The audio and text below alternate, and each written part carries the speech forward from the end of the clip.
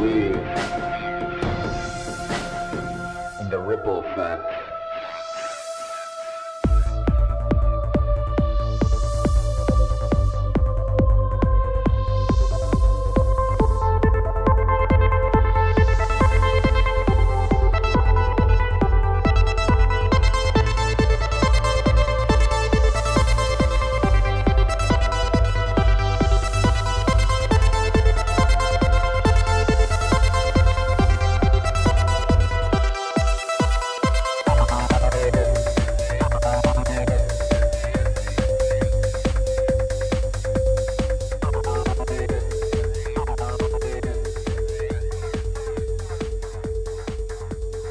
What's up? I'm back, and I am excited to be back. Of course, I'm your host, Ricardo Vrenz, also known as Ricky Vrenz, and a great episode for you today. A great conversation. This was actually recorded before my hiatus, so I've been gone for about a week, gone from the studio, gone from home for a death in the family, and we went to go visit the remaining family in Florida, and we spent a week or so there. So I'm back and ready to start pumping out more episodes, ready to give you guys more content. And this was a great conversation, like I said, that I actually recorded prior to leaving with Frankie Val, the host of the Quite Frankly show, which you can still find on YouTube. He live streams on there and many other platforms. You can go to quitefrankly.tv and see all the locations that you can find his content and all the places that he live streams weeknights at 7 p.m. Eastern Time. And we had a great conversation about music, art, podcasting, current events, a little bit of everything. We have a lot in common. He plays in a band. I used to play in a band. We also like similar types of music. So we have a lot of things in common. Obviously, we both like history and culture and current events, alternative media. So we talk about everything and more. It's a really, really fun discussion that I know you guys are going to enjoy. If you get some value out of this conversation or any of the conversations I bring to you, please consider giving some value back. And there's a bunch of ways you can do that. One, there's a PayPal account if you want to do a one-time donation. We have a Patreon page if you want to do monthly donations. We have a crypto wallet. We have a merch store, and I'm really excited about the merch store. We have some new merchandise, new logos that I'm going to be releasing very soon. Some are already available. It's an awesome binary, man versus machine, Orwell-inspired type of logo. It's already available on some t-shirts and some hoodies, and then it's going to be available on more merchandise very soon. So please go check out the new merchandise. And I have to give a shout out to my buddy Johnny Larson, who is the artist who helped create this design. He did an amazing job collaborating with me and combining my vision with his vision, and it just ended up being a really cool design. And if any of you guys are looking for a logo for a podcast, for a band, for a album cover, something like that, please hit him up. I'll put the links in the show description so you can hit up Johnny Larson. His prices are super reasonable, and he's quick and easy and flexible and willing to work with you to get the design you want. And take it from someone who has dibble-dabbled with quite a few artists. It's hard to find an artist that is quick, inexpensive, and great at taking your vision and making it come to life. So check out all my merch at therippleeffectpodcast.com. You can click on support and find all the ways you can support the show, or you can go to the Ripple Effect Podcast merch.com, and that will bring you directly to the merchandise store. So please check that out. Also, I am now helping out Richard Grove with getting the word out on his University of Reason. If you guys are looking for a class, a course, a university to help you find your path in life, to help you expand on whatever talents or passions or hobbies you might have, and kind of just for people who are at a crossroads in life and think that, hey, you know what, I'm done with my crappy job, I'm done with doing the 9 to 5, I'm done with all that, and I'm looking for a alternative. He has created this amazing just community with the University of Reason. His autonomy course, which is very popular, and Matt from Content Safe, which helps me out, graduated from I forget which season, and I'm going to have Matt on very soon to talk about his whole experience with it. And I'll probably have Richard in the near future also on to kind of give a breakdown on what the university is and what benefits you get from it and all that stuff. But there's a lot of people that I think are at a crossroads in life, and they need help, they need support, they need somebody to guide them a little bit.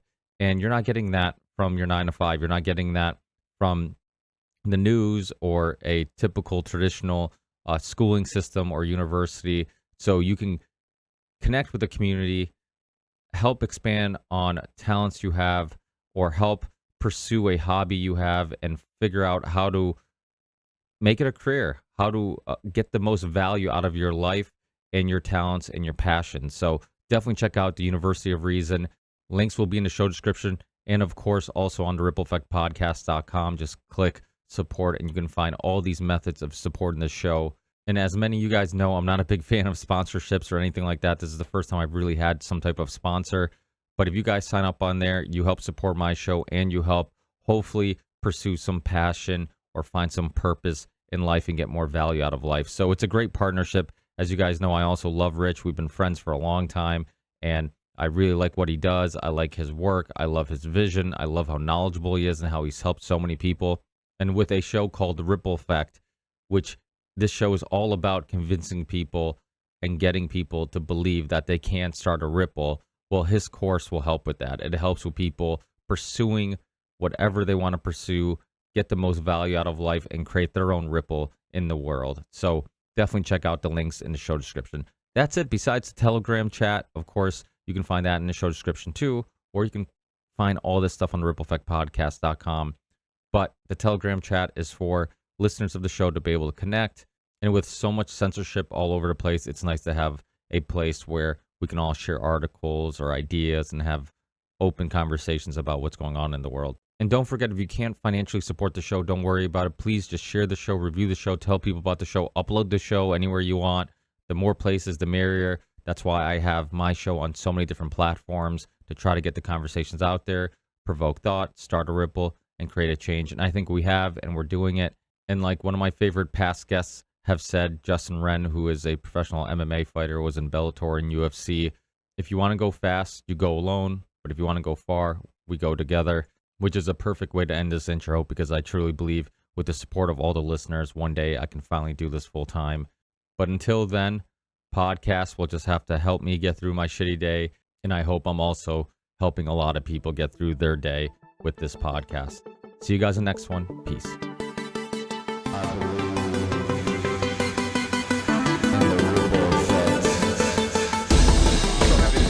Thank you for inviting me. Hey, well, we're East Coasters. I think we both. Well, how long have you been doing your show?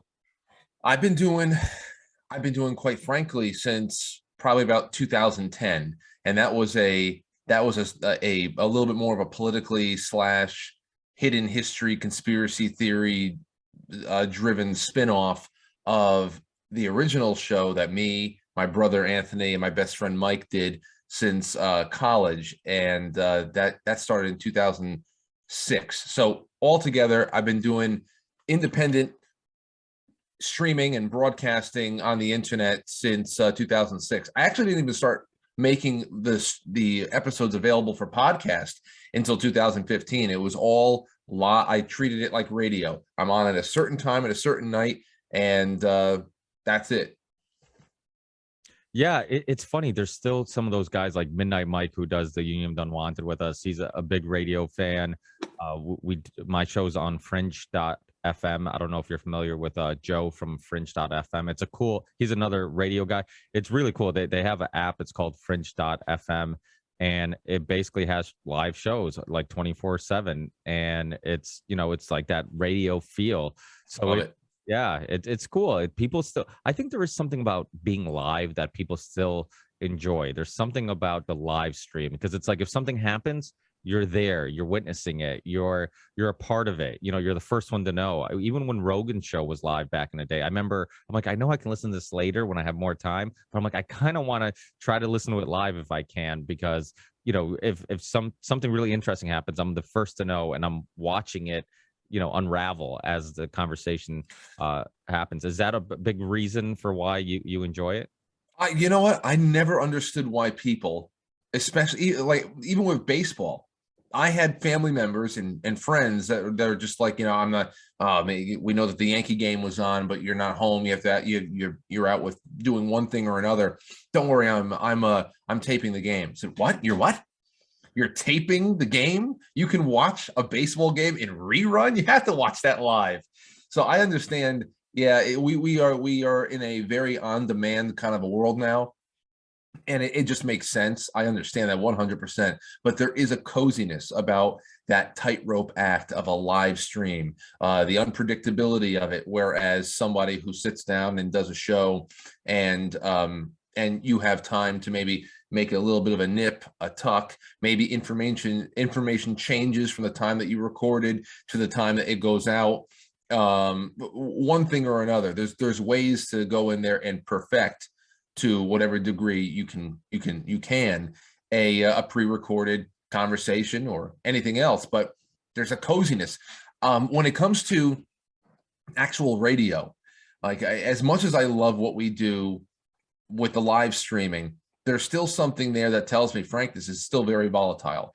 If we go deeper into this apocalyptic age of great revealing, and the moneyed interests in the world continue to reveal their plans and sow order, and they sow disorder, I should say, and they pull several plugs. What are we going to do? I mean, yeah, we have wonderful audiences, but if there's no internet, if there's no power, how the hell are we going to get through to people?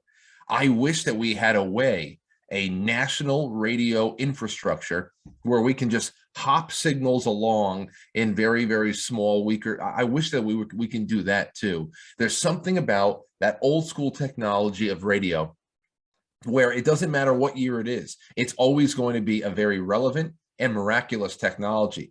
Television, it's dated, it's dinosaur-like, it is old, and it's very, very hard to modernize, which is why most television networks and all that stuff have already jumped into streaming services, and they're getting away from trying to get people to tune into cable channels. But when it comes to radio, the ability to send the human voice, a human voice, hundreds, if not thousands of miles across the world, to be able to connect with another person and convey thoughts, to take a call, to tell a story, that is always going to be miraculous technology. It's always going to be relevant to us. And that's why I really enjoy trying to capture a little bit of that warmth in the digital field, though I would love to have a backup. I'd love to have an analog backup for sure, because God knows what the hell's coming our way. But yeah, I think that's part of the charm and the allure of the whole thing.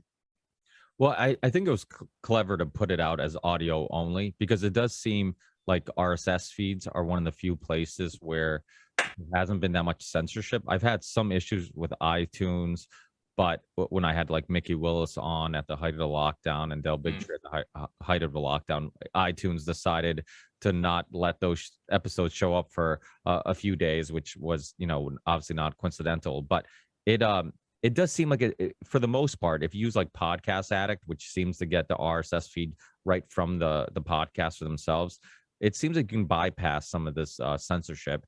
And I've been telling Jason Burmis forever, I'm like, you should put your shows out as audio also, because a lot of people do listen to it. And I know you do that, because I listen to your show on Podcast Addict. I know it's available there. And but do you think do you know if most of your listeners are visual, or do they listen to audio? It's when it breaks down, the podcast audience is definitely much larger. Absolutely. There's still a nice crowd that shows up every night and they watch live. And then of course there are the residual views of people who come and they want to watch the video version of the show on their own time. But based on the statistics that come in through SoundCloud, which is where I host my show, and then RSS out from there, it's by far every week tens of thousands more listens and plays than anywhere else. So yeah, there is something to that, and I think that it's more so, where do people find the time to listen to these things, or take in this in like your show or anybody else's show that has a group of regular listeners? Where are people finding the time? They're either holding out to listen to these episodes for when they're driving, for when they are at work and they just want to have something in their ears, and while they're tending to something else. It's very hard to split your eyes from two different things. You can't watch a television show or an internet stream and also take care of work, but you can have something in a conversation going on in the background. So I just think that audio and a little bit of the theater of the mind is easy for people to assimilate into a number of different daily routines than having to sit down and give all of your attention to video. Though there's a good amount of people who have found certain spaces of time in their weeks to do that. But I think that there's just a lot more versatility there with the audio version for sure. Now, do you find yourself self-censoring because you stream on YouTube? Because you have the audio feed, you almost could put a audio version of the episode, no self-censoring at all, like, and kind of go deeper. I mean, but I respect what you're doing so much because Sam Tripoli and we talk about this, and I talk about this with other people like Ryan from Last American Vagabond, who constantly tries to find ways to show up on Twitter after being banned and show up on these platforms after being banned over and over again, because there is a group of people who basically, like, that's their primary source of information, is using YouTube and Google, and those aren't spots where they're going to find I mean, I've been banned off YouTube. So and since I've been banned off YouTube, and it makes much more sense, because I saw that a Dr. Epstein, who was on Rogan's podcast, and he was also on Miriam's podcast, who's a regular on the Union of Unwanted, and he talked about how, and he's like super intelligent in regards to how tech manipulates us and all that stuff. And he talks about how, like, they just basically, once you're on the blacklist, boom, like, you just aren't coming up anywhere. And I remember before, it was difficult sometimes if somebody wanted a podcast about keto or nutrition or whatever, and I'm like, okay, yeah, let me send you, I've done a good episode on that, here it is, and I'm looking for it, and I put in the name of the podcast, obviously the Ripple Effect podcast, and I put in the name of the guest, the number of the episode, and it still wouldn't come up. And I'm like, okay, well, I got to go down a little bit. I'm like, obviously they're suppressing it a little bit. But when I was on YouTube, you could still find it. And now, since I got banned off YouTube, you can't find it. You have to go pages to find these episodes. And which, is a little scary, because now it's like, okay, well, how are people going to find my show if the primary locations where people are searching for stuff is YouTube and Google? So thank God there's still shows like yours that hopefully will be like a eye-opening experience, and they get exposed to other people's work that you might reference, or just you get them down that rabbit hole that will eventually lead to all these other spots. So I mean, is that some of your, I'm not to put words in your mouth, but is that some of your motivation, is to do some of that? I always loved sharing shows and things that I'm watching and things that I found, and I really love bringing attention to other people, especially if I've been able to form relationships with them and really appreciate their work for sure. But I honestly, at this point, I have a little bit of survivor's guilt. I don't know what I'm doing, because as far as going back to your question about self-censorship, I think that whenever I'm streaming on YouTube, in between strikes, I mean, I don't know how it's happened. In 2019 to 2020, I think in 2020, I had 11 strikes. 11 strikes on one channel that came and went. I would some of them I would have to live with and have to let expire, but I was always dancing between one strike and two strikes. And then sometimes, well, there was one instance I got two strikes removed in one appeal, because I mean, I really do believe a lot of this is just AI driven. They're just but what has gotten me to stick around this long? I don't know, maybe the fact that all of my titles are almost like book chapter titles, and they're weird and vague. They probably don't do me any good to have them that weird. And then, of course, there's the fact that there are long 2-hour conversations in which there's 15 different topics in there. The other thing there too is that as far as growth goes, so I'm always, the biggest thing I have to censor is my music that I use on YouTube. I can play a lot more music. Like, let's say I'm in the middle of a 1 week or a 2 week long ban on YouTube. I can play a lot more music on the other 8 platforms that I'm on, and I have a lot of fun with that. But as far as things that you can't say, there are definitely guests that what I have on that are not going to be YouTube nights. When I have Alana Freeland on, for example, to talk about geoengineering, 5G, the existence or non-existence of certain viruses and where it all might be coming from. Things like that, I pick and choose my nights. Where are we going to have it? But other than that, I don't know. I love sending people over to other people's places, but I don't grow. I have 93,000 subscribers on YouTube, and I think over the last 5 months I've picked up 300, and that's because I had Dr. McCullough on one night. 200 people came in from that. And other than that, I don't grow. Nobody's ever found, even when everybody was on before that major purge in October of 2020, nobody finds me. I've only ever picked up, whenever I find the audiences, I retain them. But I've only ever picked up new subscribers when people would say, hey, go check out Quite Frankly, or they have me on their show and we do collaborations and all that stuff. I have always been in the mud. So I know some people who have never even had a warning on YouTube and had their entire existence yanked. Me, I mean, I've been sticking around since like the beginning here, it seems, and nobody's ever been able to find me naturally. So I don't understand any of it. Self-censoring, yeah, that it happens to a certain degree. Other times you have to find wink and nod ways of getting a point across, but whenever the hell I do finally get nabbed on there and on Twitter, I'm not going to be finding a way to get around it. Whenever I'm kicked off of Twitter, that'll just be it. That'll be it for me. I'm not looking for ways to.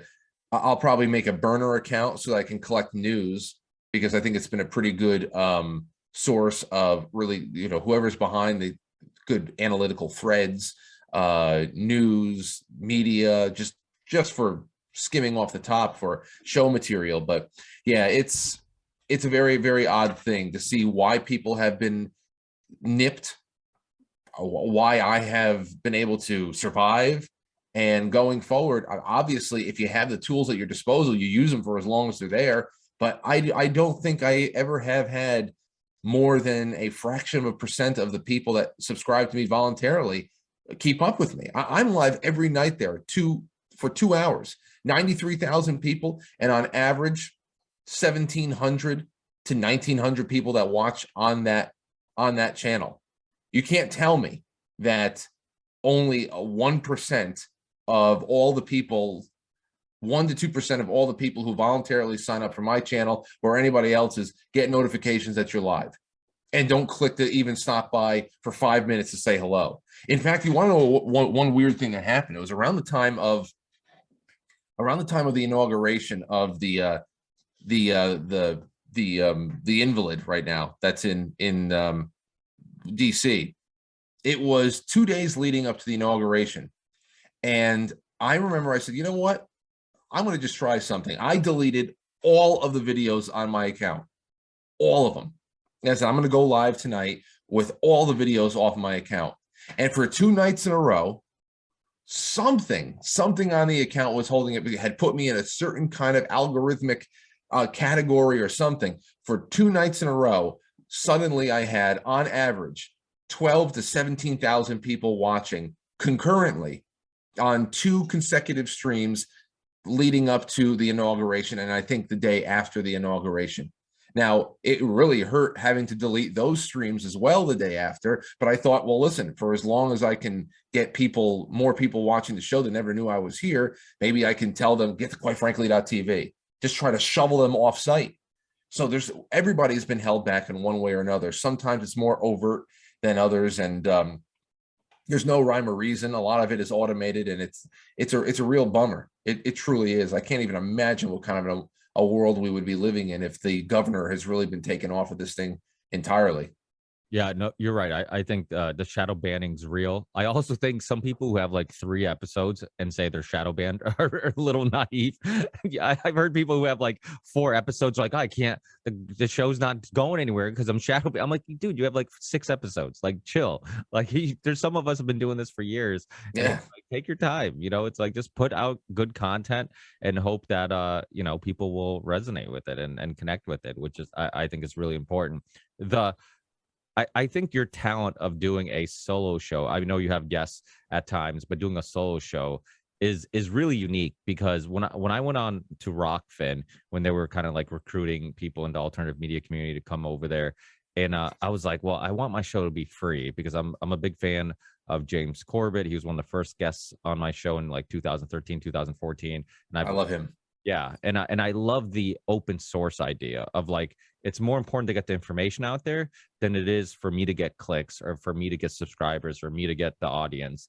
And so I would always tell people, I'm like, oh, it's open source, share it, just get the conversations out there, and it doesn't matter, where people listen to it, on my website, your website, my YouTube channel, your YouTube channel, and but and then on Rockfin, I'm like, okay, so my show, I wanted to be open source, but I'm like, okay, so I'll do a solo show called Ricky Rants, and and that's when I realized how fucking hard it is to do a solo show. I had like anxiety. I mean, sometimes I would have like a little bit of like, just when I would have, I remember like Dan Carlin back in the day was like one of my first guests, and I was like so nervous, and I still wish I could redo that show, because I'm like, I just wasn't on my A game. I was too nervous. I didn't know what the fuck to talk about. I wanted him to like me. It's like one of those things. And I was so new into the game in the podcasting world that this was 2013, 2014 when I started, and I'm like, I was so lucky to have him on, and that I think I kind of like stumbled on my words, and I still do. I'm not perfect, but when I do a solo show, I go through so much like self-doubt about my ability to have anything profound or intelligent or even entertaining to share with the audience. And so when I hear guys like you and Ryan from The Last American Vagabond, who do it all the time, and Jason Burmis, who do it all the time, there is something nice about a live. I know, I don't know if it was Ryan or Jason who said this, and I don't know if this is one of the reasons why you like doing it live too, is I know they've mentioned, well, at least that way, like once it's done, it's done. You don't go back and like, oh, let me re-record it, or let me redo this, or let me change that, or it kind of saves you a little bit of time from doing that. It's like, okay, if I made a mistake, it's in there, I live with it, I move on. Where, like, for example, I do these intros after I record the show, and sometimes the intros will take longer than the show, because I'll like, oh my god, I sound like a fucking idiot. I'm like, or Yeah. I'm low energy, and I'll record them over and over. I'm like, why am I spending so much time? I'm like, I don't even have fucking sponsors. I'm like, why am I spending so much time just telling people like, support the show if you can, and check out my other show that I'm like, and I'm like, oh, I sound like a retard. So it's like, it's really a talent. Was that something that you think came naturally, or because some people I think they do enjoy kind of like just kind of sharing their thoughts, and they don't really overthink it. Is that a part of it too? Or I mean, what is it? Was it hard at first? Was it a talent that came in time, or were you always one of those people that you're like, you can hit record and you could just flow without any having to do this dance like you get in a conversation? Because I can like feed off people in a conversation, but when I'm solo, it's like I don't have somebody to spark. Oh yeah, let's talk about that. That's interesting. I don't have that. Well, I mean, I was just at a funeral not too long ago, and I saw my old seventh grade teacher, Mrs. Zach. She showed up, and she came to pay her respects and all that stuff. And I said, Miss Zach, I was talking to her and my wife at the same time, and I referenced all of her progress reports from when I was in seventh grade, eighth grade, and it always be, Frank is very disruptive to others. But never in a malevolent way. It's just, so part of it is just personality. I said, Miss Zach, I got to say though, you should be very happy to know that I put all of that talkative rabble rousing to good use. It's my career now. Now I get paid to talk, and she was happy, and she loved hearing that kind of stuff. So there is a personality something that is inherent inside of a person that I think feeds into it. Then again, everything can be learned to varying degrees. And if that's what you want, if there's a passion, then it just takes time. Regardless of my penchant to be able to sit down and just talk and go stream of consciousness, or to be able to read an article or a story and take time to pause along the way and digest what's going on and ask relevant questions to the audience and see what comes back. There is also things that you need to just happen. The old saying is that you become a master at something after about 10,000 hours of doing it. And I am very happy to say that much of my first 10,000 hours was barely seen by anyone, because you want to talk about one of the good things, or one of the fun things about being live is, well, yeah, you get it all done, which is true, because everything you just said right there about redoing the opening time and time again, that's the same thing for me. If I sit here and I pre-record something, along the way, there's too many opportunities for me to say, fuck it, I'm going back and doing this over again. You can't stop the train. You're live. There are people watching you. The show must go on. Get this shit in gear. But you know, there is a long time that I think it takes for somebody to realize that you need to be able to find a way to craft your thoughts and have it come across to appease or to appeal to a large audience. And there's a lot of mistakes you make along the way. I get very passionate sometimes. I sling a lot of insults around, but I said, okay, I got to find a way to make my insults creative. It can't just be fuck constantly. And sometimes it slips out for sure. But little things like that, you have to be able to get all of your baser, I don't know, instincts worked out to just say things that you would usually say in the privacy of your home, things that can get you in trouble legally. You remember, slander is a very real thing. You have to be able to disclaim what is an opinion, what you've read, and be able to craft things a little bit more diplomatically. You have to be diplomatic. That takes a long time. You have to listen and really study the people who have what you want as well. If you're not the type who's ever been able to grow up with a mentor, a professional mentor, anything like that, doesn't mean that you can't be mentored by the greats. You have to study the people who had or have what you want and see, what are they doing that I'm not doing? What kind of structure do they have that I need? Where are they hard where I'm soft?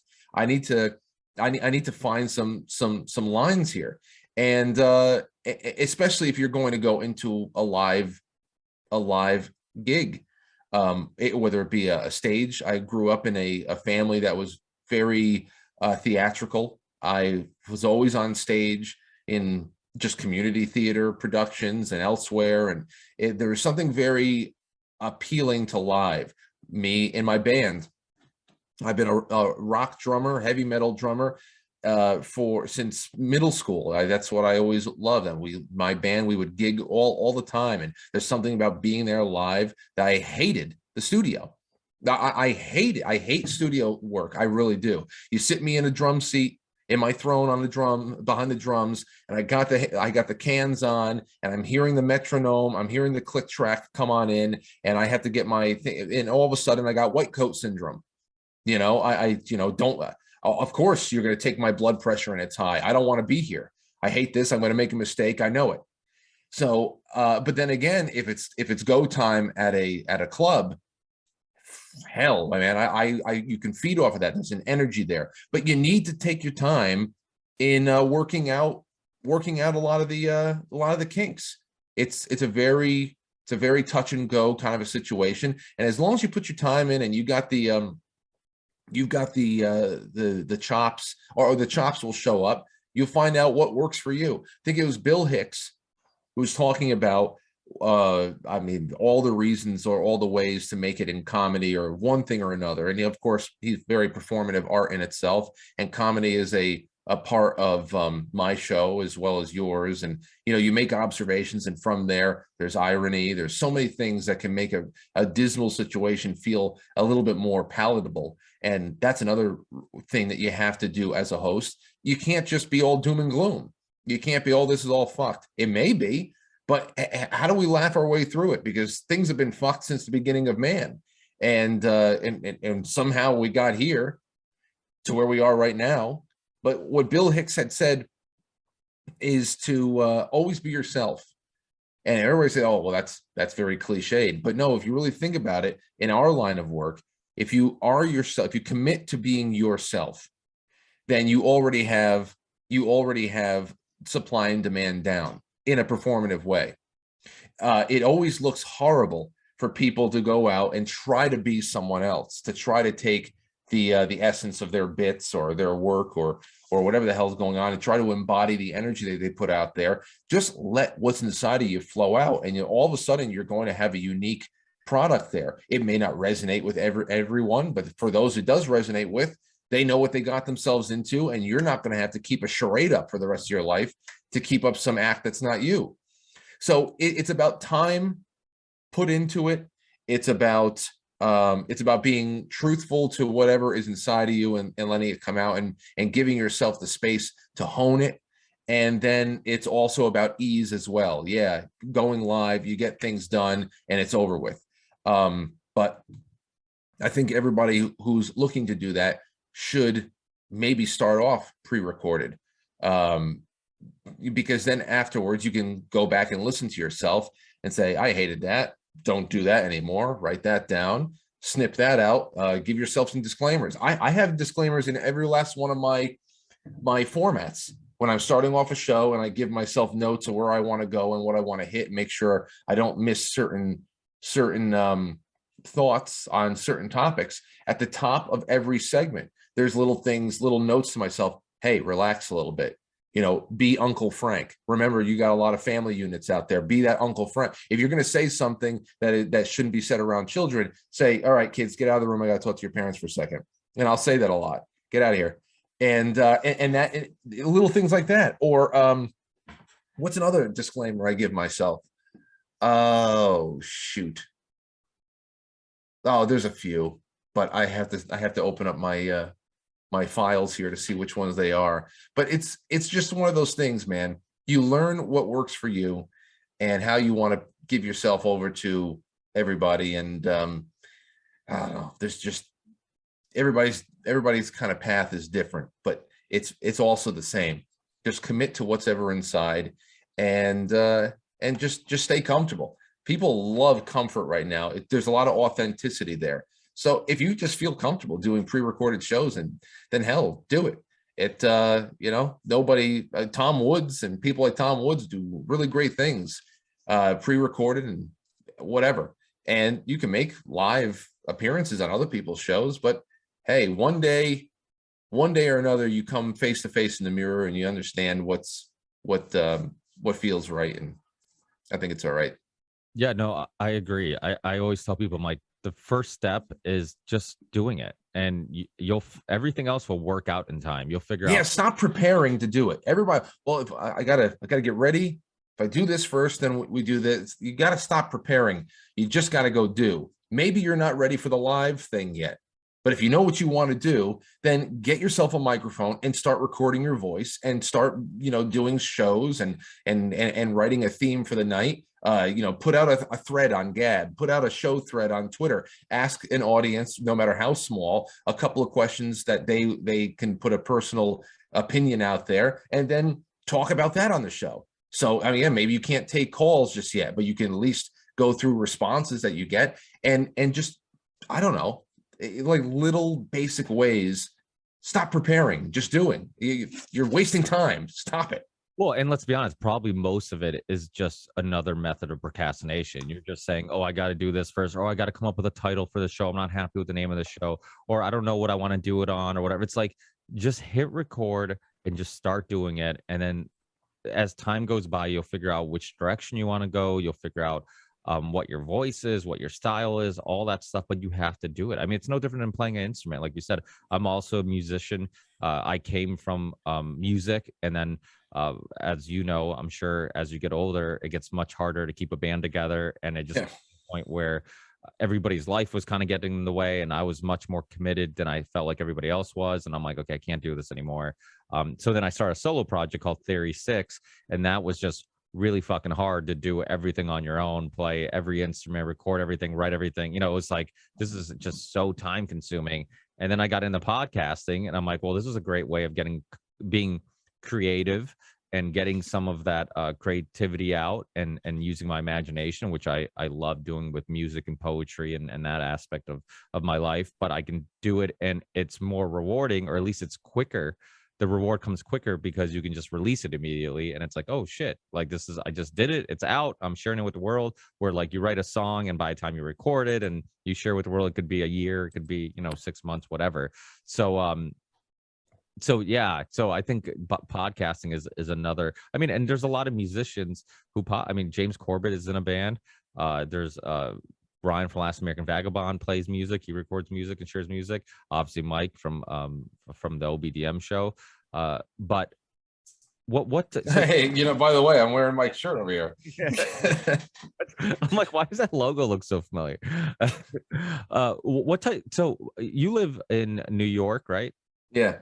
Yeah, my cousin from Long Island, Virgil Verandas, he played in Exciter, which was like a Judas Priest tribute band, and he played in like was it the Wizard of Oz and a couple other like tribute bands that were really good. He was a phenomenal guitarist, or is a phenomenal guitarist. And what type? Are we close in age? I'm 36. How old are you, Frank? I'm 36. Oh, okay. I'm in April 2nd, 1985. April 19th, 1985. Wow, Get out of here. We're only a couple of weeks apart. Yeah. That's incredible. That is wild. Only I was in Portugal, and you were probably in New York. Yeah, I was in New York, born and raised. And it's funny, since we're on this conversation, I think that a way to meld it all together is I look at my brother.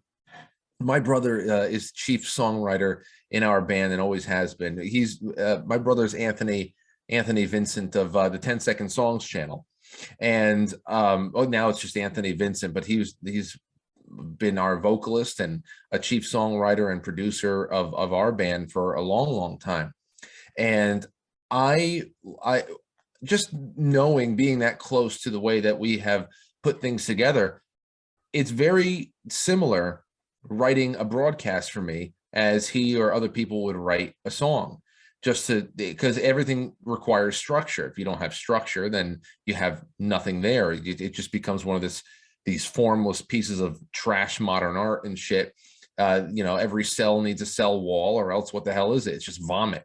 But it's beauty in chaos sometimes. Like when you jam, you ever jam with buddies, and then there's chaos, it doesn't sound that good, but then there's a part that like everything comes together, and you're like, holy fuck, that was so magical, and it came together completely organic. Yeah, but then there's also a beginning and an end. There might be some crap in the middle that you just say, okay, well, we could have done without that, but it's all right. You say, you give the nod to your bassist, and you say, here, let's lay something down, and I'll bass and drums. You just lay something down, and I'll start laying in on the kick drum, and we'll start building this thing up. Then we get some rhythms and guitar rhythms and leads coming on in, some vocalizing.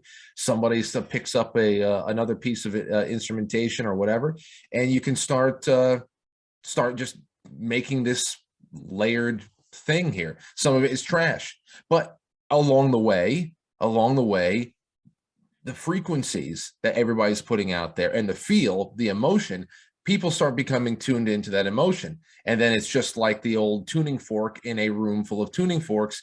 If you got F sharp going, the only other ones in the room that are tuned F sharp are going to resonate with it. And you start just coming in on that. We are wonderful in a way where our minds, we are not set to just one frequency, and we can go all over the place. And once we find people, visual cues, anything else like that, you can almost start reading the minds of the people around you. Even if you've never met them before, in a musical sense, you're starting to speak a common language that is sometimes voiceless, but at the same time, you build up together, you experiment a little bit, everybody knows their role, and then somehow you find a way to end it all, whether you just fading out, people start drawing back, or I don't know, one last big hit. I just don't know. But isn't it amazing how we're able to find a way to collaborate and find a way to feed into each other and off of each other, and that structure, that unseen structure, it's in everything. So I look at that a lot with my broadcast too. Is this middle muddle? What is this? I have too much in this show. Taking this out, I'll save this for Wednesday. Taking that out, simplify this, boom, boom, boom, and ending, final thought. Nice. Okay, that's a nice little song.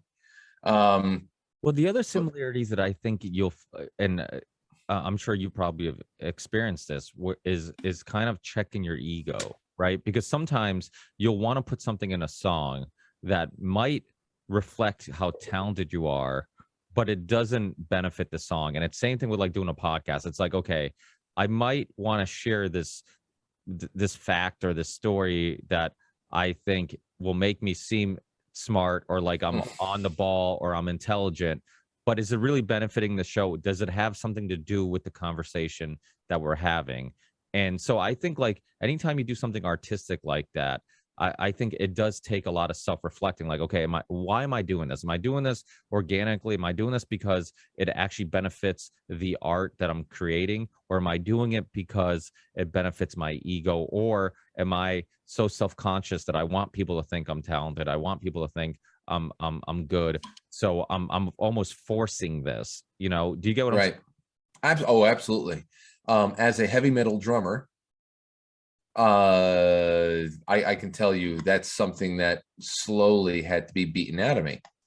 I mean, you know, there's no song you just want. You have to take many years for some people like me to find a way to give the song what it needs, and okay, how much more can I really abuse my double kick drums here, or how much bigger does my set have to be? Why do I need to go to every small rock club in New York City with a set that's as big as Lars Ulrich's in 1991? Why do I need this? You know, it's little things like this. When do you start giving what you're working on what it needs, and just hanging back? It actually is infinitely harder as a drummer, at least in my experience, to play slow and restrained than it is to be fast and technical. It's infinitely harder, and I think that it creates a lot more character. And when it comes to spoken word and podcasts and broadcasting, it's the same thing there too. Plenty of stuff I have cut out and say, no, it's just superfluous. It means nothing.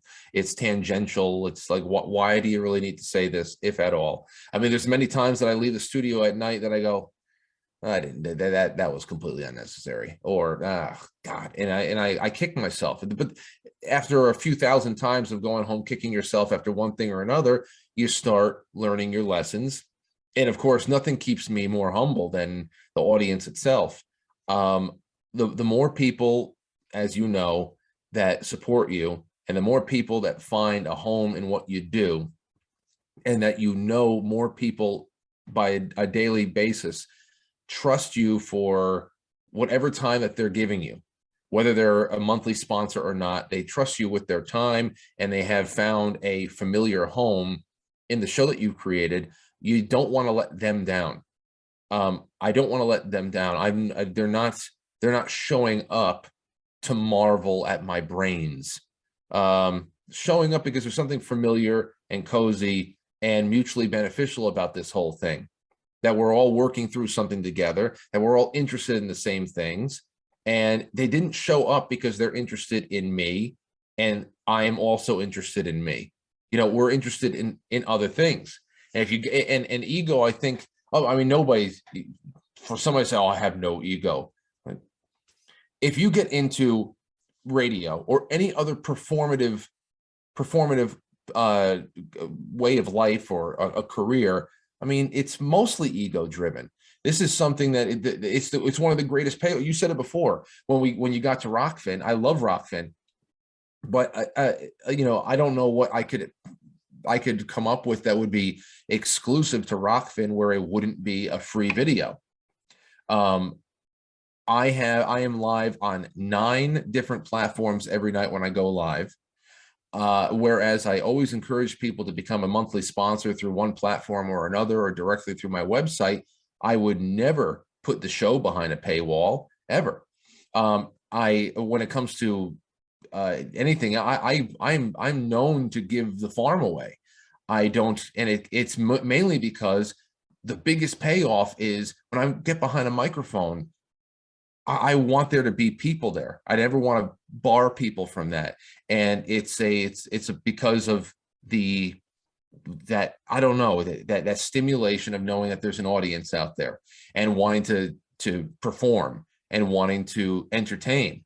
And that's something that is obviously takes ego to want that and to try to build that to bigger levels. But it also, there is a need for humility to keep that in a proper orbit, where your sole intention is to improve the product for people out there, so they feel like they got something good out of it, and not to continue to ingratiate yourself. You already, if you found what you want, then play to it, and you're not curing you're not holding up the weight of the world. Ego is a very important thing, just like pain and anxiety. They're very in fear, very important things. You don't want to be dominated by it, but they are one of those social barometers that you need to know that, hey, my situational awareness tells me I'm in a place I shouldn't be right now. I got to get the fuck out of here. I gotta change course. I gotta find a way to make this a little bit more of a tenable situation for me, or else I'm not going to survive. Same thing with ego. I mean, you find something that resonates on a spiritual level, and that's a great gift. But there are some people out there, you're right, that just it's almost like chasing the pink elephant, and they end up destroying their craft. So yeah, I don't know if I veered too far off course, but yeah. There is no course on this show. We just talk about everything and anything. And I love these deeper conversations, because I think they are beneficial to people listening, because I think we have a lot of the same internal battles and conversations. And to get into, so I know we slightly talked about music and being in the same age, and I also a big metalhead fan. Burton C. Bell from Fear Factory has been on the show. Wow. The singer 1 Minute Silence, which was kind of, I don't know if you're familiar with them. They're kind of, I describe them as the Irish Rage Against the Machine. Very similar in style, similar in very politically aware and what's going on in the world. But I've had All That Remains. Mike Martins from All That Remains. He's actually from my hometown. Super nice guy. He's the guitars of they were pretty big at one point. But I know All That Remains. You know Within the Ruins. I know with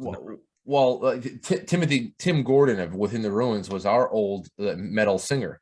Oh. Yeah, we went to high school together, and then after our band Rotten Pain, R.I.P. we after our band broke up, he went on to tour the world with Within the Ruins. We have actually a lot of friends in music, because especially through Anthony's channel, with what he's been able to do with 10-second songs. But before you go on, let me ask you, what's your favorite Fear Factory album? Oh, it has to be Demanufacture. I mean, Yeah. how is it not, right? I mean, that Yeah. even though Archetype was really, really good, I love Archetype. Archetype was so good, and it was a shame that they wouldn't play that album live with Dino, because Dino, I think that's when he left, the guitarist left the band. So when he joined the band again, they wouldn't play it, and I think they broke up. It sucks, because that band, Burton C. Bell is such an interesting guy, and he's so fascinating, and his Man vs. Machine, and we talked about this when he was on the show, his Man vs. Machine theme that was such a big part of Fear Factory it was like foreseeing the future. I mean, we're like, it was something. I mean, I was a big Terminator fan back in the day. You know, I Fear Factory, like the machine, like double bass was just like mind blowing. And I never understood. I used to be such a big fan of Raymond Herrera's drumming, and but as you say, it's so machine like, and there's sometimes I was like, is this really him playing? I think that the best drummed album, of course, it would be Mechanized when Gene Hoglan came in from Strapping Young Lad and Death. Gene Hoglan is unbelievable. I love him. But yeah, between Archetype and Demanufactured, just classic at this point. Man versus Machine, man. That's what. Have you ever? One person I always wish I could have interviewed uh, was Warrell Dane of Nevermore. He that is a very poetic, prophetic. I always say Nevermore is like listening to a metal band that's fronted by Edgar Allan Poe, and so I always listen to that. And you want to talk about man versus machine? That one, I think it was on the album This Godless Endeavor, and it was called Sentient Number 6. And I always love that song. It was speaking from the point of view of the actual self-aware robot who is judging the humans around him now, and finally goes rogue at the end and says, I'm the harbinger of doom for man now. I love that feeling, that singularity feeling. And it's even more creepy now that we're living under the yoke of the World Economic Forum and Klaus Schwab, who very, very openly say that transhumanism and that marriage between man and machine is part of the end game here. And there's no misinterpreting that too. It's clearly stated and published. So yeah, when you said Burton C. Bell, my mind just started going all over the place. I love that. yeah, he's I find musicians very fascinating. I've had the singer of Miss May I on. I've had the singer Fire from the Gods, which was kind of a newer band too. I mean, but there's some in the UK. There seems to be. I had the singer Enter Shikari. I always say their name wrong. Enter Shikari, Enter Shikara. I don't know how to pronounce, but they're kind of a cool, like it was like metalcore punk, and then it's turned into pop a little bit, like Bring Me the Horizons. It's weird because these genres, right? So like we grew up during the new metal scene, and I was a big Ultra Spank fan. The first album I remember when I first heard that was like, what the fuck is this? This is so cool. I even like dibble dabbled in a big in the industrial scene with like KMFDM and Gravity Kills and early Stabbing Westward. And and then I loved like the heavier stuff. I listen to Napalm Death, I listen to Fear Factory, I listen to and then the metalcore scene came. Well, the new metal came, and I think there's a lot of good bands like Static X. I think their first I album. was just gonna say, what do you think about Static X? Dude, I think that's a perfect example. Okay, so what we were talking about ego, right? That Wisconsin Death Trip album. Well, fucking phenomenal. It's the easiest, like literally somebody who just picked up an instrument could probably learn how to play that whole album in a week. Like it's so, but that's a perfect example of how you remove ego, because I always say this on the show, and especially when I talk to musicians, I always say, like, you think about it, the songs that stick with you forever, the songs that hit a chord, the songs that give you goosebumps, they're sometimes and many times and oftentimes not the most technical songs. So what the fuck are we doing a lot of times, like trying to make these super technical songs? Like if something organically turns into a very technical song and it can hit a nerve, great. I mean, one of my favorite songs of all time, because I just think it was so beautifully put together, the beginning, the end, everything about it, what is Confined by Azalea Dying. It was like it's just the way it builds, the harmony, like the one of the catchiest choruses and one of the heaviest songs ever written. And it was like, it's such an amazing song, and it's like, it was technical, and it's a very good song. But many songs that you love and you will stick with you forever are not that hard to play. And it's funny, Static X is a perfect example of that, because those songs are so easy to play, but the feeling of the songs, his style of singing, the keyboards, I remember him, they used to call it, like, they used to ask him what type of music it was. Did he used to call it, like, evil disco or something like that? And it kind of had like that disco type of vibe because of the drums. And it's like the easiest stuff to play, but that album is still my favorite Static X album. And it's just a perfect example. Like, you don't have to come up with like or put a solo in or show how technical you are. Like, you could literally just do something that just hits the nerve. And sometimes you don't even understand why. Like, that album's a perfect example of a album that, like, we all love, and we're not even sure like what about it like we're connecting with. I mean, the things he was singing about were like kind of weird and hard for me to understand. It a lot of times it was like two lines repeated over and over again, and Yeah. it's like, I'm like, but it's such a phenomenal album. I only saw them once, and it was at oh man, I think it was June or July 2001 at US Continental Arena out there in Long Island. I believe it was the Continental that back then they were opening up for Pantera. Actually, it was Static, it was Morbid Angel, Static X, and then Slayer, and then Pantera. It was right before, it was because Slayer's God Hates Us All album came out on 9/11, and they came out to Disciple. Oh God. See, these are the things on my show. Like, I wish I could. We have a lot of people who would be very turned off by some of the music we listen to, Ricky. but Disciple, when God Hates Us All came out, it would scare a lot of the people that listen to my show. Of course, they would just say no thanks. But as far as you're talking about energy, there's something frightening about how ferocious some of these songs can sound. And that was just one of those nights where we didn't even hear the album yet, because it was still going to be out in a couple of months. So Static X cleans up, and then out comes Slayer, and it's just boom, screaming, the God Hates Us All, God, and you're just like, what the fuck? And it's just the strobes and Paul Bostaph on the drums, and then Pantera after that. So that was my only personal experience with Static X in a live setting. But yeah, that was the sound of a very brief but strong era of like new metal and this industrial sound that came out. And it was like all at once. And the other big thing about production back then was it was very bad. Not so much Static X; they had a little bit more behind us, but other things like other bands like damn, what the hell's the one I'm thinking about now? When I look back and I listen to the production that they had, it was so terrible, where the kick drums sound like you're splashing in little shallow puddles of water. And what the hell was sounded the same too? That was the other thing, because Rick, what's his face, did a lot of them. The producer, the real famous Ruben?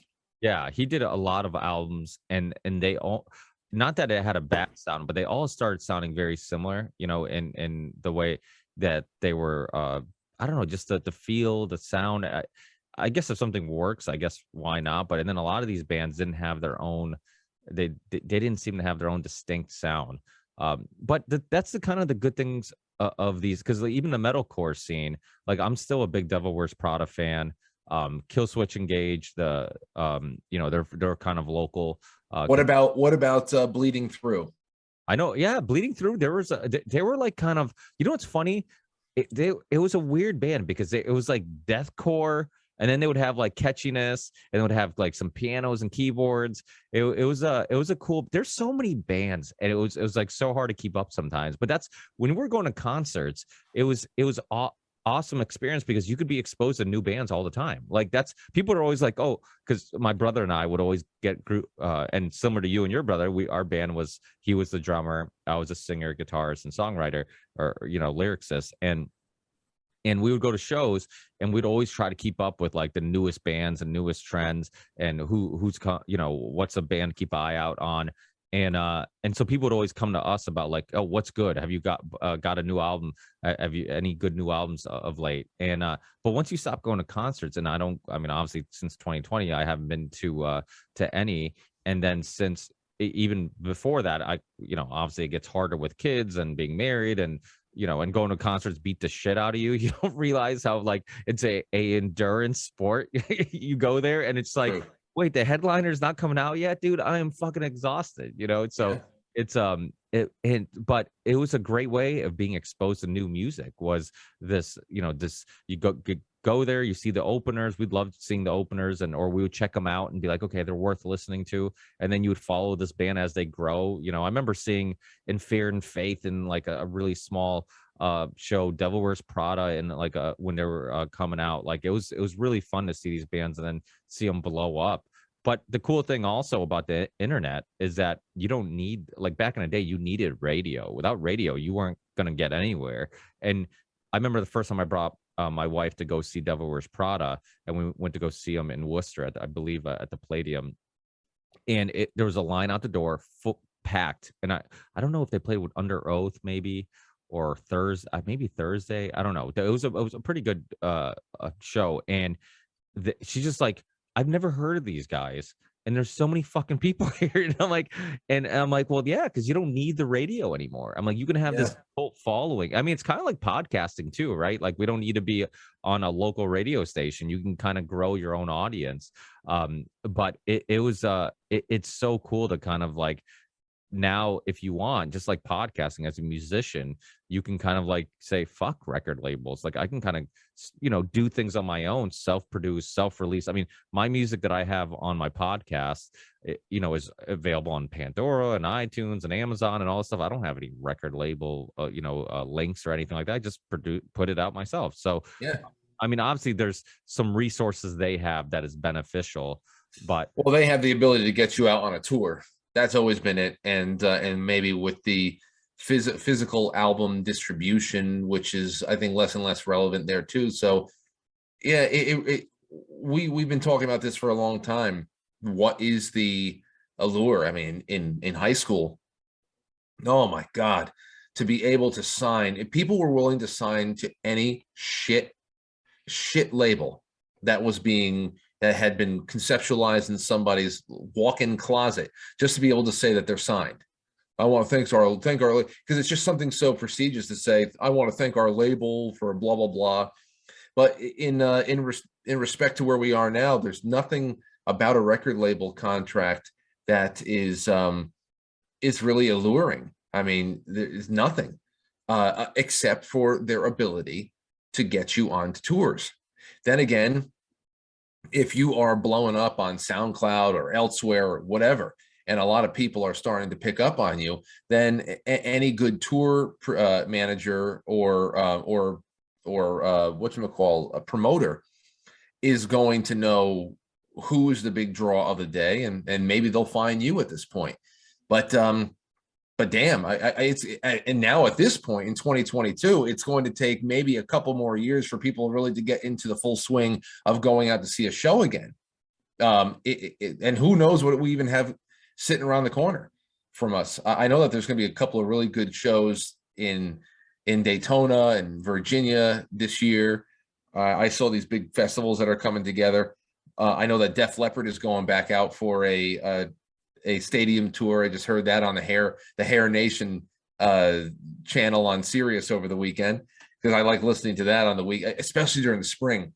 It's like 4 to 6 more weeks, and we're going to have a couple of really good 55 to 62 degree days. I can roll down the windows and play some Motley Crue for the baby, and she's going to love it. But it's 100%. Who the hell needs them anymore? No, we don't need anything. There is a great documentary which was kind of based on a little bit about 30 Seconds to Mars, but it was really about their issues with their record label called Artifact. It's a 2012 documentary, and it goes into like really their personal issues with the record labels, and then I believe other artists are in there too talking about their issues. But it's amazing because they're like selling out. This is when like 30 Seconds to Mars has like, you know, top songs, top 40 songs, whatever. And he's like, and we're not making any money. He's like, we're broke. He's like, we're selling out. And it's like, it's such a racket because everything that, you know, they give you, you owe, you know, you have to pay them back. And then all the prices are inflated. So it's always something, you know, over the top. So without a doubt, it's wild. I mean, what are, and so I was lucky that in 2019, before 2020, obviously, I brought my son to go see Iron Maiden. That was one of my favorite bands growing up. And it was one of the first metal bands that he got into. So he was like, I don't know, like he was 4 or 5. No, he was 5 at Iron Maiden show, and it was a blast. So it was cool to have that experience together. And because obviously we kind of took it for granted, we didn't think that we wouldn't have that experience for the next couple of years. But what were some of your influences as a musician growing up? What did your favorite bands, all that type of stuff? Well, if I'm gonna follow the genesis of my own music, my own music choices that I was making for myself, because I still love a lot of the music that I was listening to through my parents, you know, the golden oldies, 60s, 70s. I love them all. And I think I've been getting more and more into them now than ever. And I've even gone farther beyond that, you know, getting dropped off our daycare with our grandparents, either one set of grandparents or the other.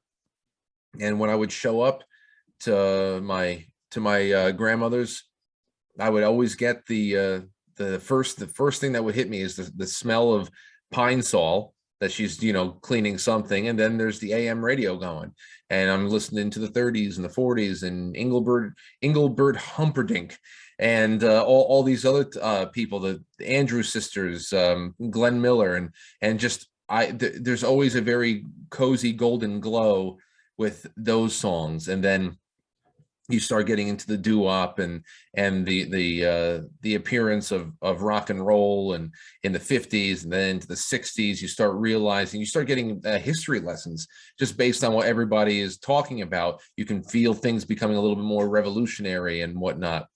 80s and 90s, that like when I think of freestyle music, and I think of hair metal and all that stuff, it always felt like it was such a damn good time to be going out at night. I remember watching my aunt at my grandmother's house. You know, she was still in her like early 20s at that time, in the late 80s, early 90s, and I'm only like, you know, 5 to 8 years old, and watching her get ready with her friends in front of the big mirror in my grandmother's living room, and, you know, tease the hair and all that stuff. They're going out, and I'm just thinking, oh wow, they're going to probably listen to freestyle all night, have a good time. And then there's the 90s, where I'm already listening to what everybody else around me is listening to, but the first bands that I latched onto for myself was Bush. That 16 Stone album was fucking gnarly. And then there was even Hootie and the Blowfish, things like that were coming out in 95, 96, around there. But then I found Offspring. I found the Offspring, and Ixnay on the Hombre album was the first one I got for me with my Coconuts coin, my $15 Coconuts coin. You can go into Coconuts, get yourself whatever the hell you want. Everybody's giving each other Coconuts coins for birthdays and all that stuff. That Ixnay on the Hombre album. And then from there, I found Metallica Load and Reload. That's when that came out. And then, you know, I realized, oh, wait. Metallica has stuff from back in the day. Like their old, yeah, their old stuff is even better, kid. And so then you go back to Kill 'Em All, to Ride the Lightning, and Master of Puppets, and Justice for All. I'm like, what the fuck? What am I listening to? What is that tone with the guitars? What's that crunchiness? What is that revving, that thunderous, you know, the palm muting? I said, I want to know how to palm mute. This is when I wanted to be a guitarist. I said, and then my mother, of course, said, no, you want to, she said, the drummer is the cool one. And she said, you look at Ringo. He's the cool one in the band. You got to be the drummer. So I picked up the drums, and I told my brother, I said, hey, listen, Aunt, you should pick up the bass, because I listen, and I showed that what I convinced him, used to convince him to pick up the bass, was listening to the Offspring off the Smash album Self Esteem. That do do do do do. I said, you do that, and I can do the drums, and we can build a band. So from there, those are some early influences, but then Metallica, and then Pantera, and those were gigantic. But Iron Maiden, Nico, I on the drums is unbelievable. I love their as far as melody and harmony goes, and just the musicianship. I always enjoyed that. The first thing I ever bought for my car in 2003, about 2002 or so, when I started driving, I was driving my grandfather's. I just inherited his 1988 Cutlass Sierra, the Oldsmobile Cutlass Sierra, and it only had a tape deck in there. So I had to get I bought myself some cassettes. And the first album I bought, I went to Coconuts again, and I got myself the brand new Brave New World album by Iron Maiden, and I popped that in, and I'm listening to Nomad and all this stuff, Blood Brothers and all that stuff, and it's just amazing. I think that one of my favorite songs of theirs of all time, of course, is Infinite Dreams on the Seventh Son album. And we actually did see them for the first time, and the last time it was either 2018 or 19, when they were at Barclays Center in Brooklyn. Went out there, and Ghost opened up for them. That was awesome. And those are my influences there. But that Metallica, Pantera, Iron Maiden, a lot of that pop, punk, punkish kind of sound. There's so many we can go to. I was listening to a lot of No Doubt. I never really got into the ska scene, but it was going on around us. We used to play and gig with a lot of ska bands. The CKY crews, and oh man, there's so many good.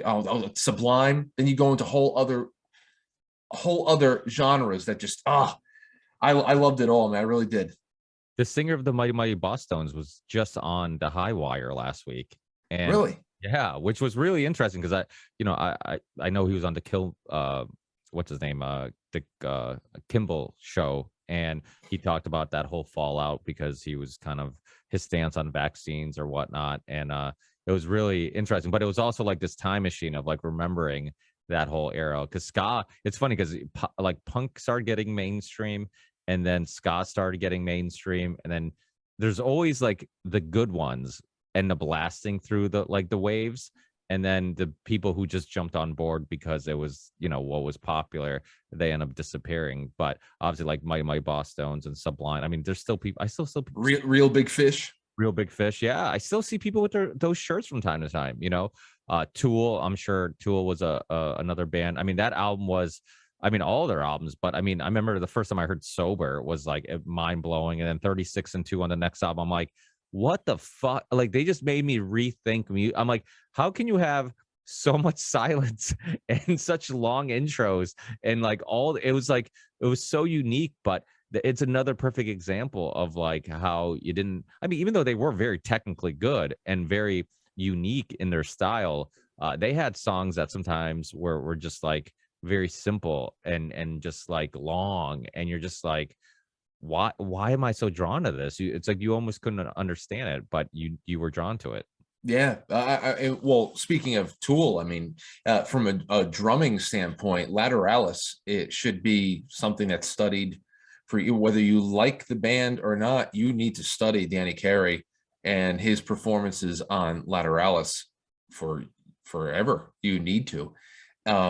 But then there's other things that I started listening to as time went on that I never thought I'd find my way to, and it's because of individual musicians. Like, for example, I only recently started giving Porcupine Tree a shot, because I was listening to so many of these clinics that Gavin Harrison was doing. Such an amazing drummer, holy hell!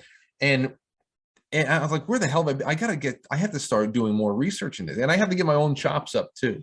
I have some ideas to start bringing drumming a little bit more into my streaming my streaming schedule and getting more people in to jam with me in studio, because I have a lot of broadcast capability in the back room over there where all of our musical equipment is. And I feel like that I've just been so out of it lately, but I want to get my chops back up, and I want to expand a little bit more too.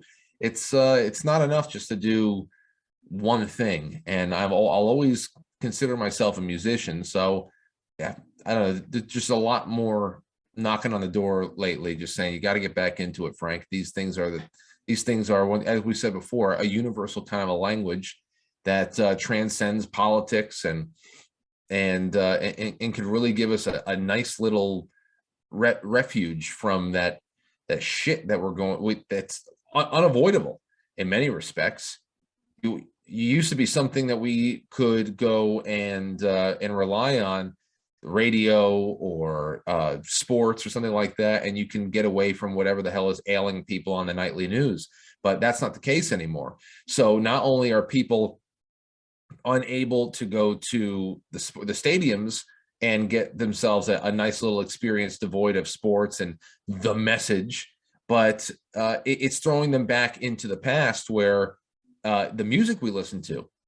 I mean, I don't know how there's so many children now in these younger generations that are going and gravitating toward the 80s and the 90s, because they're realizing how much more authentic the energy is in these sounds, and there is no real modern markers of what's music today.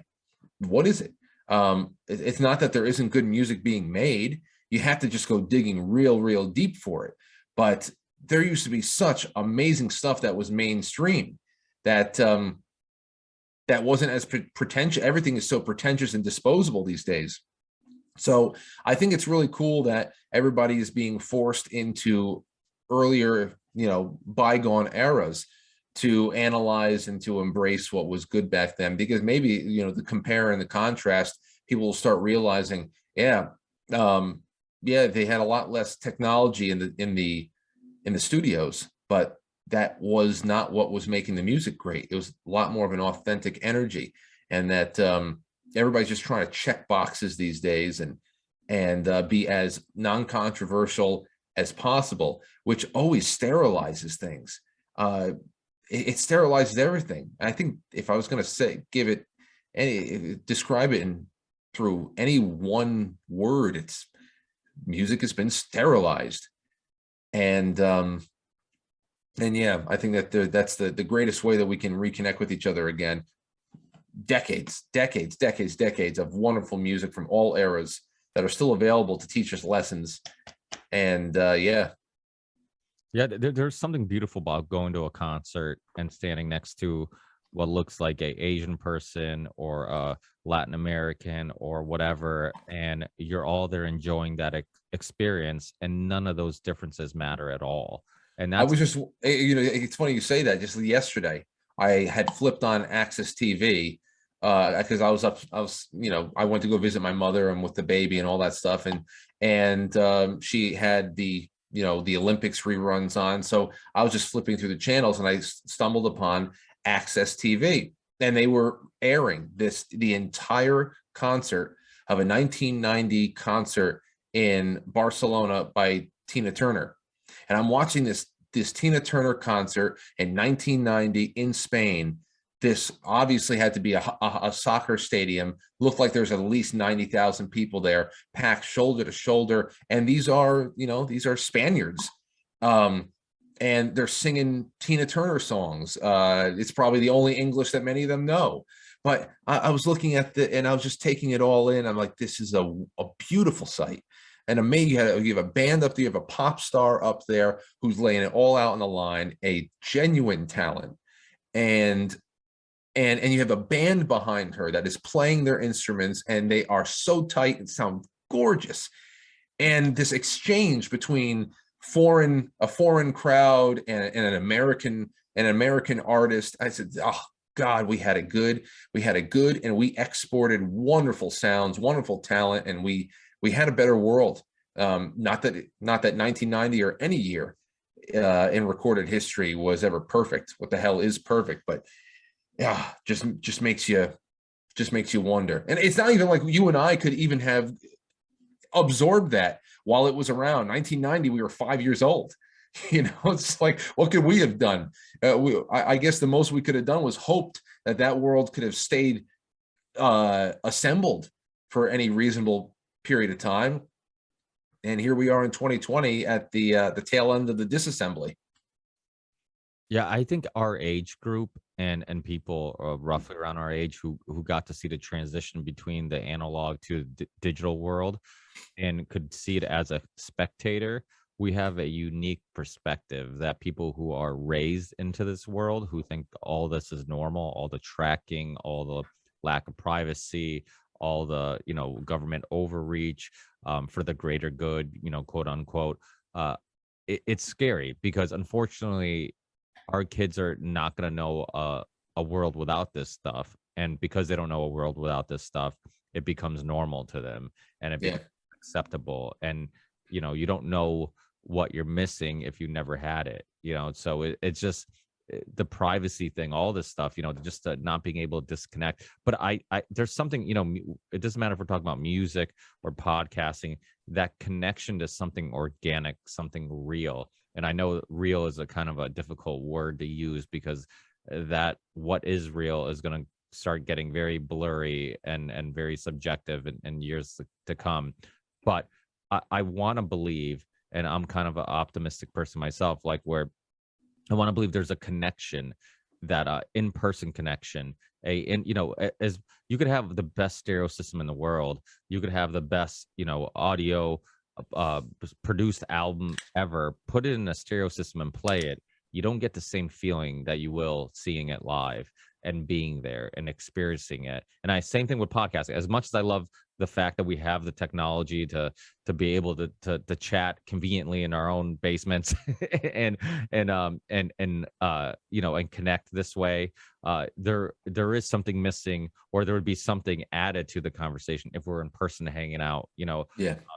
So I want to, like, knowing that gives me hope that once those things are lost, that we're going to strive to try to hold on to it and maybe resist a little bit of the digital world. So I mean, do you have hope in regards to that too?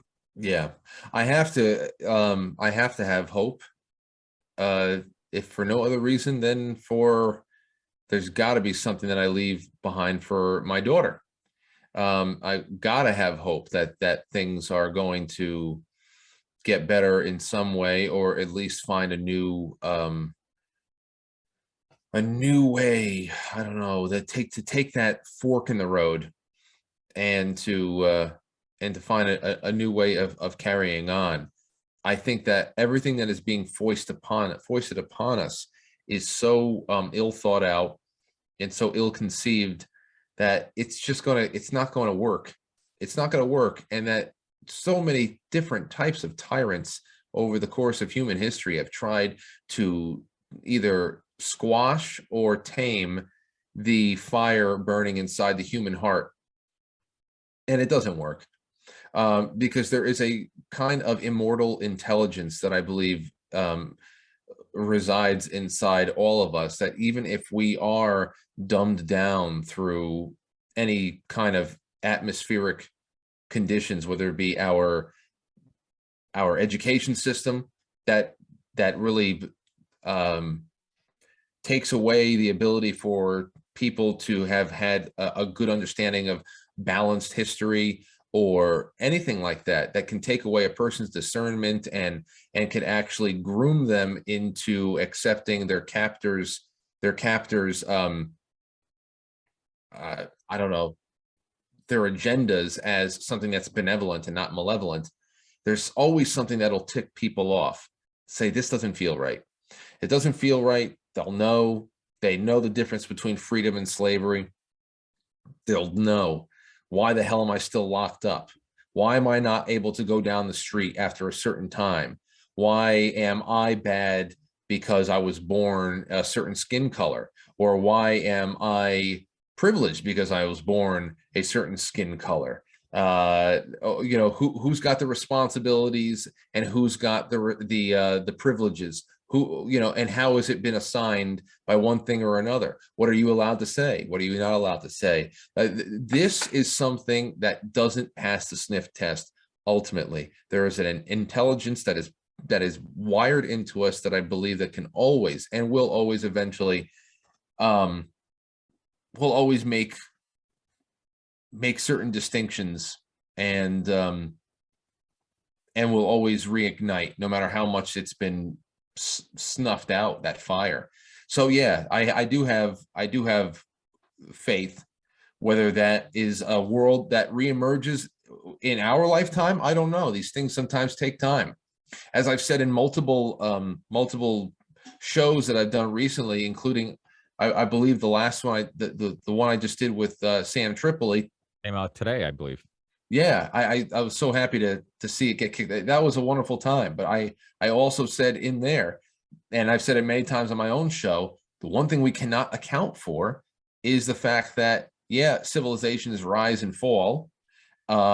Tyrants come to power, they fall away, and something else comes up in its place, and people experiment and they fight for freedom and whatnot. The one thing that we can say about the cycle this time around is that we've never had this ability to coordinate and to communicate and to share ideas over such vast expanses of time and space and all that stuff. We've never been able to stay in contact through the end phase of a civilization's collapse. We don't know what kind of an effect that's going to have on things. We don't know what kind of damage is going to be mitigated, or how we can all coordinate to allow the controllers to fall on their own sword and make the chances better for our own escape, or to make the chances for our escape a little bit better. We just don't know. We have so much in our corner that we've never had in other eras in the past when we were dealing with this kind of heat. So that's where all my faith resides. It's not so much in that we're going to be able to escape this without doing a lot of heavy lifting and without feeling a lot of pain, because it's just what's in the cards right now. There needs to be a correction, and there's no way to do this without atonement. And the one thing we can always do is make sure that we're not on the side that needs to really atone. We may have to suffer some of the fallout, but the Klaus Schwabs, the Bill Gates, a lot of our fearless leaders out there, they're ones who have stood by and endorsed censorship and genocide and the enslavement of the human soul and the degradation of the human mind. I mean, those are crimes that need to be atoned for. And as I don't know, people that don't want to take responsibility are going to make a real stink kicking and screaming on the way out. And that's where we may have to put up with some shit. But still, I really do believe that it's an exciting time to be alive, and we have every opportunity in the world to make very, very good impacts on a world in need, for sure.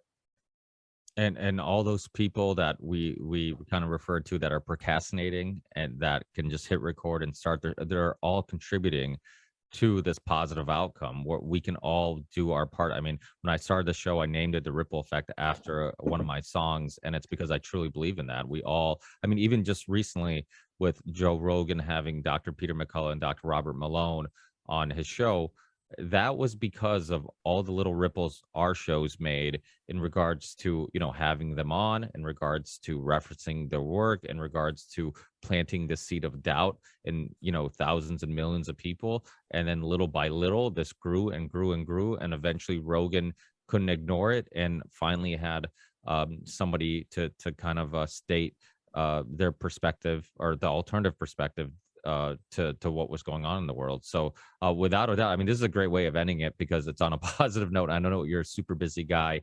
And can you tell people I know you're on many platforms. Where are some of your main platforms? Also, where people who are listening who might want to check out your music, where they can get that?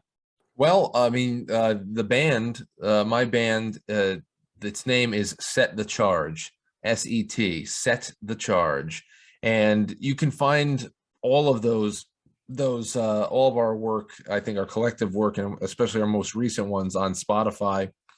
I think that we have them up on YouTube as well, but Set the Charge on Spotify.